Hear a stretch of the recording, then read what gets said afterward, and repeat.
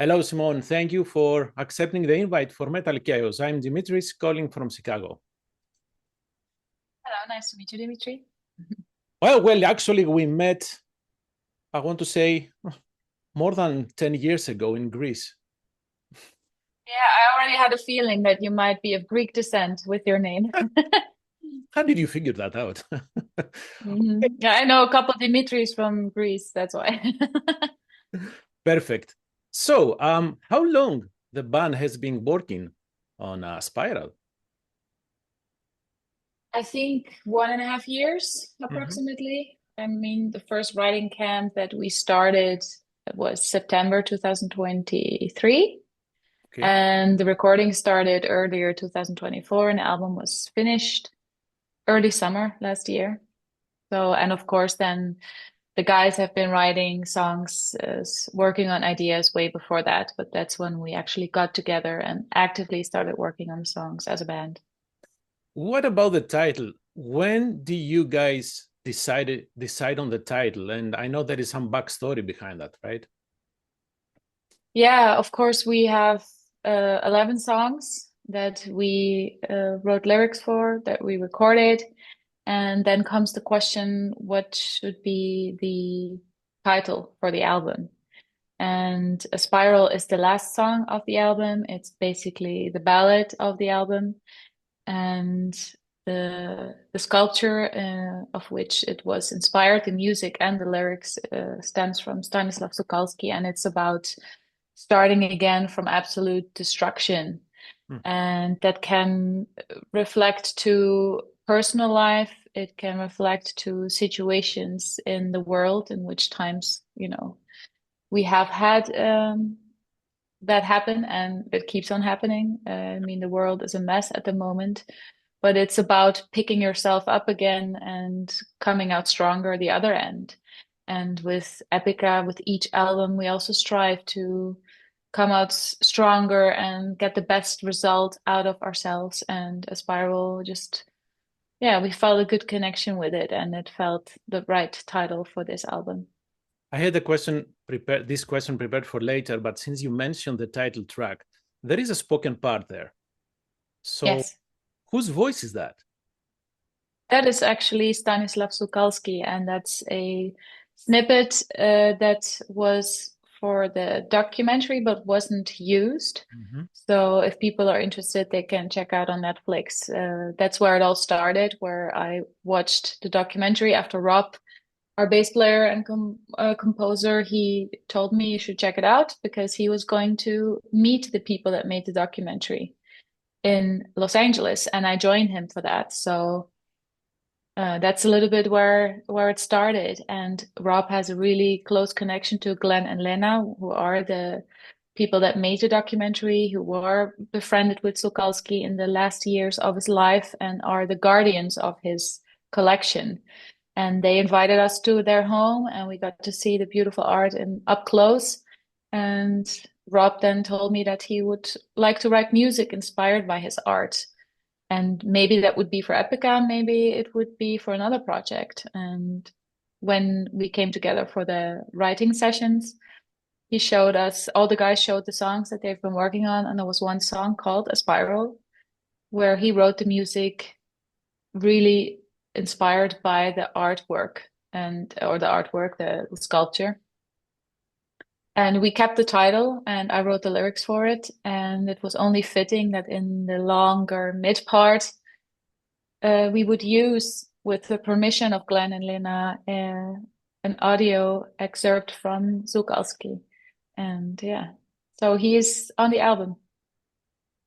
Amazing. There is a line there. He says, "We make ourselves what we are," right?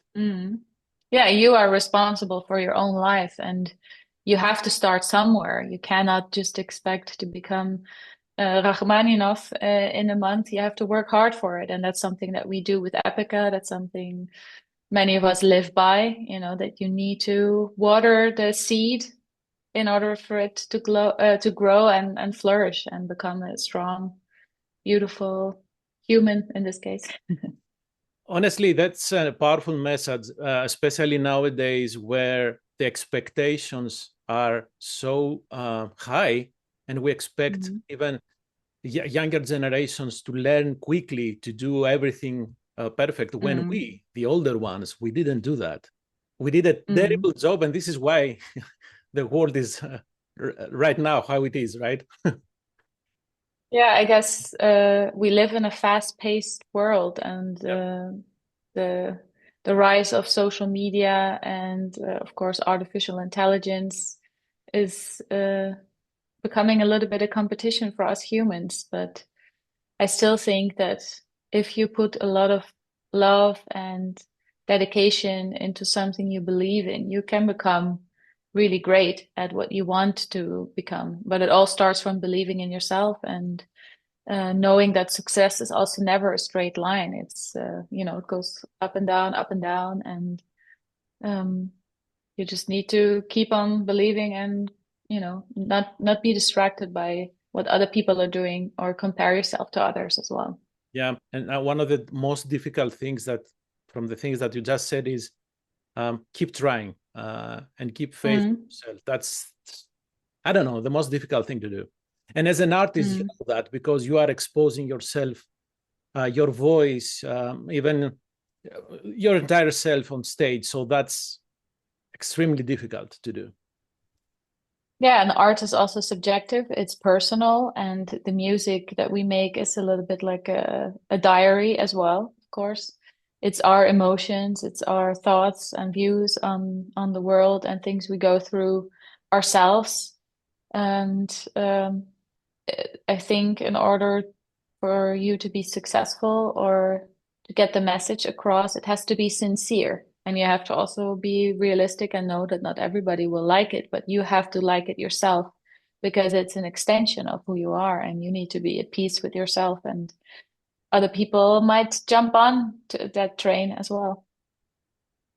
Okay, that's a different discussion. I love that to have that discussion. But for the next album. So everything you said, how everything, and there is more than just we discussed, ties with the cover artwork, because right now Epica did something for the first time. There is no band logo, and there is no title. It's just that piece of art with the 9 spikes. That I assume the easiest thing to think is that those are the 9 albums, but there is more to it, right? Yeah, the designer, the graphic designer, Hidik Sand, had the idea of letting the artwork speak for itself and not having distractions of our name or the title of the album, because by now Epica, of course, has already made a name for itself.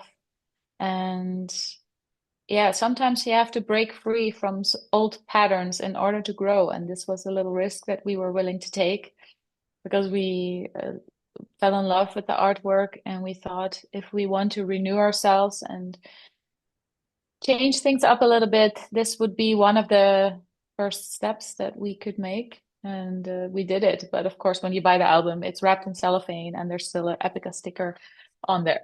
But I actually love it because the artwork turned out so beautifully, and it's really eye-catching and no distractions. And plus, it makes you think. For example, we mentioned the 9 spikes. However, those spikes go through the hands. So it's something, it's almost representative of art itself, right? You can get hurt from art in some way. There is a personal... Yeah, you can interpret it in many ways. And of course, it should also be left open for interpretation. But in a way, of course, the 9 hands try to touch the sun, which stands for us all in a way that we are in search of enlightenment and in the beauty of life, the positive things, and the sun is a symbol of that, But you don't always get to the beautiful things in life without going through some kind of a struggle. So that's what, in a way, also the hands are being pierced, but they still, as a collective, you are stronger than just by one doing it by yourself. And then you do get to the end, and the positive end. Love your positive energy, Simone. So what did the band do differently? Because you mentioned a while back that you try to not reinvent yourselves, you try to challenge yourselves, maybe play outside the box. So what was the motivation first? What triggered that?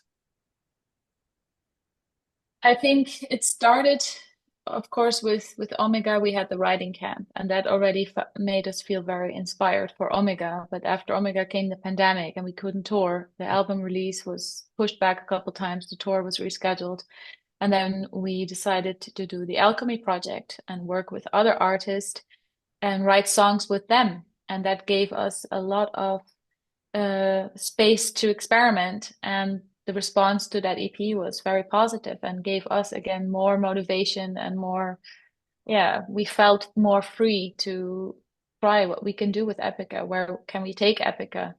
And on this album, we start the album with a song "Cross the Divide," which is kind of a little bit an extension of the vibe that the Final Lullaby had that was on the Alchemy project, and it was a very popular song.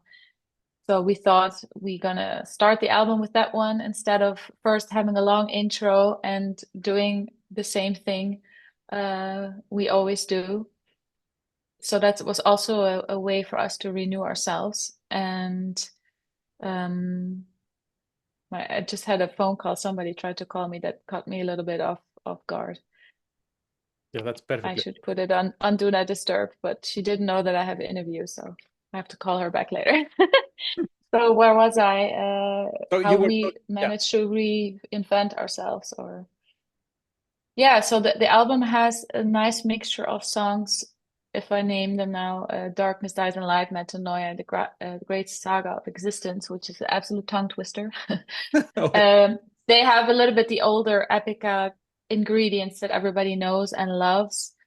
So we kept the balance of throwing in some new songs. We wanted to add more synth also, but still have the orchestra get, the spotlight, because we are a symphonic metal band. But we wanted to sometimes take the orchestra a little bit back and go with the synths, and then the band, of course, the rhythm section comes more forward, and then you have beautiful orchestral piece coming.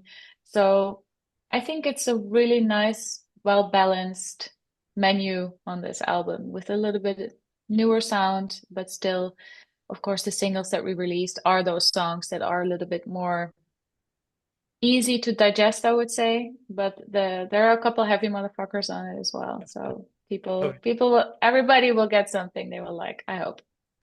So, and you have the saga, right? We have the final pieces for the A New Age Dawns saga. Yes. So this is the conclusion. The grand saga of existence is the conclusion. And it's, I don't know if this was done on purpose, but it's 20 years since the saga started. So and it's go ahead. The 9th album and part 7, 8, 9, and it ends on the 9th album. 9 is also the number with special meaning, where it means also completion. So for Mark, it felt the right time to continue this New Age Dawns on our 9th album and end also with the 9 P7, 8, 9 on this album. So I hope it's something that closes and something new opens, right? For sure. I'm sure he's going to come up with a new brilliant idea. You have time, and is TIME.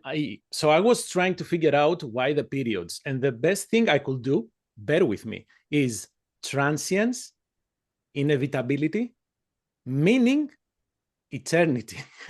How close am I, or how far? It's transformation, integration, metamorphosis, and evolution. Oof. I'm far. Thank you. You don't get the washing machine. I'm sorry. Maybe try next time. Okay. Sorry. I will try again. By the way, I love the edition you released with Healthscore. Thank you. Yeah, they did an amazing job, and I think it really gave the song a new version that is really interesting and fun for people that like to listen to Epica, because of course, we have the choir in the music that is a little bit like the seventh band member. But such a choir we haven't worked with before. And we, of course, we did a cappella versions before, but they are mostly always ballad songs. And this is a typical, not a ballad. So it was a great song to try it with. And I'm very happy with the end result. So I hope you don't mind my saying, I strongly believe you have expanded your singing. And I will go as far as say, you sound better and better. So especially, for example, in Apparition and in Aspiral, you sound amazing. So how? Thank you. You have been you are an established singer. So what do you do to expand your voice and try new things?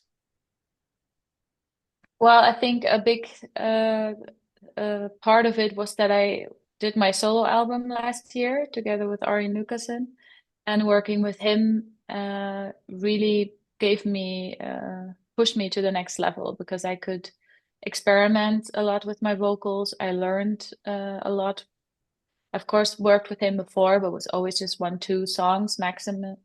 And here we made huge Simone choir, so I sang all the different harmonies, and it was a positive experience working with him. You know, him, of course, as a composer, but also a recording engineer.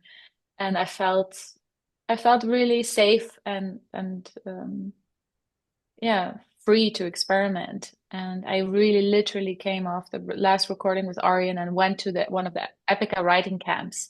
So that kind of how do you say, state of mind, creative state of mind was freshly still inside me. And I just continued from there. And it's also, of course, what the songs are, what they invoke in you and push you. I'm always open to experiment and try new things, and I always try to improve my singing and try to get the best out of it. And of course, singers often reach more the, how do you say, the maturity of the voice around the age that I am now. But it's not only about vocal technique, it's also about a mental state of mind and maturing on a spiritual level, because the voice is in a way, and how do you say, extension of your personality. Yes. And yeah, I put a lot of my personality in Aspiral and in Vermilion. Hey, I hope you get Mr. Lucassen on the road. I know he doesn't like play live, but no, he does. He hates it. I was hoping you to say, well, we have plans, but hey, okay. I love that you mentioned Vermilion. So you have released 2 stunning music videos, Arcana and Cross Divine, right? Cross the Divine. And especially the second one, the red color is very dominant. And it's the same in Vermilion. So is there any connection with the use of the red color so much? I don't know. It was not deliberately coming from my side, but I don't know if the company we worked with, which is called Kunststoff, they also shot Storm the Sorrow and Victims of Contingency, if they were maybe also inspired indirectly by Vermilion, but I never asked them. And I saw already that people were saying, yes, she's continuing the red theme into Epica and everything is planned and it's all, you know, thought about, but it was not coming from my side. Of course, I was happy to play more with all the red dresses that I bought for Vermilion, and the stylist that works with the company, she found amazing costumes, and I did my hair and makeup, and it was a lot of fun. And there were even people saying, yeah, you look like the Scarlet Witch from whatever. I didn't know what it was. I had to Google it. So yeah, I just went with the idea that the video company had, and I thought, you know, red is a good color.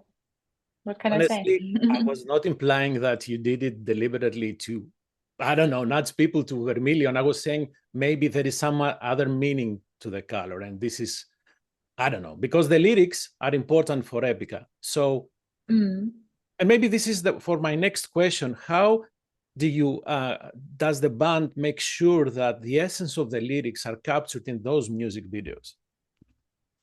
Well, we talk very closely to the people that come up with the storyline for the video, and they want to hear the song, they want to know what the lyrics are about, and then we kind of give them, free pass, like come up with something cool, and we trusted their vision because we worked with them before. And oh, my hair just wanted to open up. Yeah, so they had this feeling that the song that gave him was very mystical, mysterious, and then there are these guys which we gave the name Kevin, who are also taking part on the Symphonic Synergy. We had to give the character a name, so that's what we did, Kevin. And all the bandmates are dressed up in this cool attire. You cannot know which member is who. We even on the set we were sometimes thinking, is that now Rob? No, that's Arjen. No, it's Mark. Oh no, that's Isaac, because he's like, this is his body shape. And it was a lot of fun. And I got to wear the crazy outfits and play this mythical creature where the guys are kind of searching for this. Is it a ghost? Is it a witch? Is it evil? Is it good? And we did now Arcana, then we had Cross the Divide. Right. And now there's going to be another one, which is actually a fourth single, but it's actually part 3 of the storyline. So it continues, but that will come out in a couple of days. And that's the biggest video I think we've ever done. It really looks like a mini movie. I'm very proud of it. Some of the costumes you wear, especially in Arcana, did not look comfortable at all. No? No, I was wearing 20 layers of clothing and a harness so they could lift me up in the sky. There was like a stunt team there that was constantly checking for our safety. And in the last video that's coming out now, I was even freezing my ass off. Things got very messy. And I had to, really, how do you say, voluntarily suffer for the video. And now watching the video back, I'm like, oh, it wasn't so bad.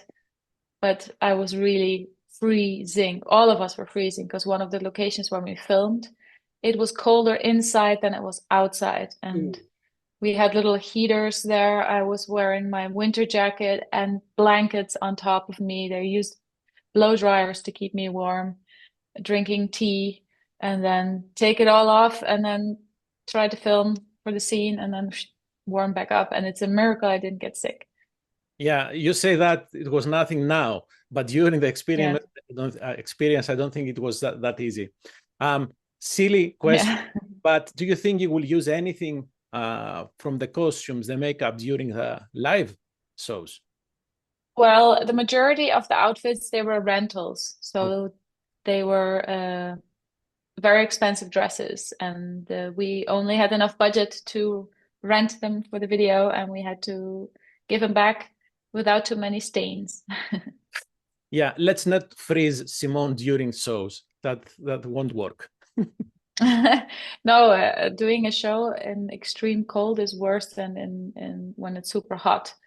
Because when you're cold, you start to cramp up and the jaw is like, I do this, I can jitter my jaw really quickly when I'm cold. So, yeah. Yeah, and I've done some cold shows before. And imagine the low humidity due to the coldness doesn't help your voice, right? That's also true. Yeah. But it's just if you're freezing, then your body starts cramping up, and that's not very beneficiary for singing. Nope. And extreme heat is also not good because you can pass out. But yeah, a little bit in the middle would be great. Yes. So live shows. You have announced 3 shows in North America. Why only 3? Because it was too short term for us to create a whole tour. Okay. And we still wanted to come to the US because we also go to Mexico, but we are working on a full-length North American tour. So that's going to happen. Should be expecting Epica in the second group of dates that you are working on, right? Yes. There's going to be a full-length tour, and this is just a little taste, I guess. Okay. Perfect. And after the Mexico, you have announced European shows for the beginning of 2026, right? Yes. So I'm guessing with Amaranth and Charlotte Wessels. Perfect. Great package, by the way. So you will be Epica will be coming to North America in 2026 after that, I'm guessing. Yes, that's what we're working on right now. Yeah, 2026. Two more questions and I will let you go. If it were only up to you, what songs from the new album would you like to play live? Good question. Of course, Arcana, The Great Saga of Existence, Apparition. Love it. Aspiral, of course. Arcana, I said already. Time. Yeah, I don't know. Maybe Darkness, Dies and Light as well. So a lot of songs. I was hoping to say Metania, and I like that you use a Greek word there. Yes, it's indeed. What does it say? Mark wrote it down for me. A term with roots in Greek meaning a profound spiritual transformation or change in one's way of thinking. Yeah, Metanoia. when you are feeling sad for something that you did, so you accept that you did something wrong. So that's the word. Love it. Last question. Even though the paint is still haven't dried in the new Epic album, what are your thoughts or even plans for your next solo album? For my next solo album, that is the next album's going to be called Black. No, the Black album. Not red? No, fans are joking because they know my favorite color is yellow, so they all think that it's going to be something with yellow, whatever. I can come up with that, but I don't know. I mean, 2024, on honesty, was a crazy year for me creatively, and it was one of the biggest challenges in my life, doing 2 records in 1 year and everything that's connected with it. But when the time is right, I will definitely do another solo album, but I'm not sure if I'm going to continue the style that I did with Vermilion or if it's going to be maybe something completely different. But no concrete plans yet. Let's hop back on the Epica train and see where that takes us. After all, releasing solo album gives you all the degrees of freedom, so you can do whatever you feel like. So that's perfect. Yeah, I like that. Simone, thank you. It was a pleasure talking to you. Have safe travels. My best to the rest of the band, and see you in Chicago in 2026. All right, we see each other then. Take care. Bye-bye. Bye.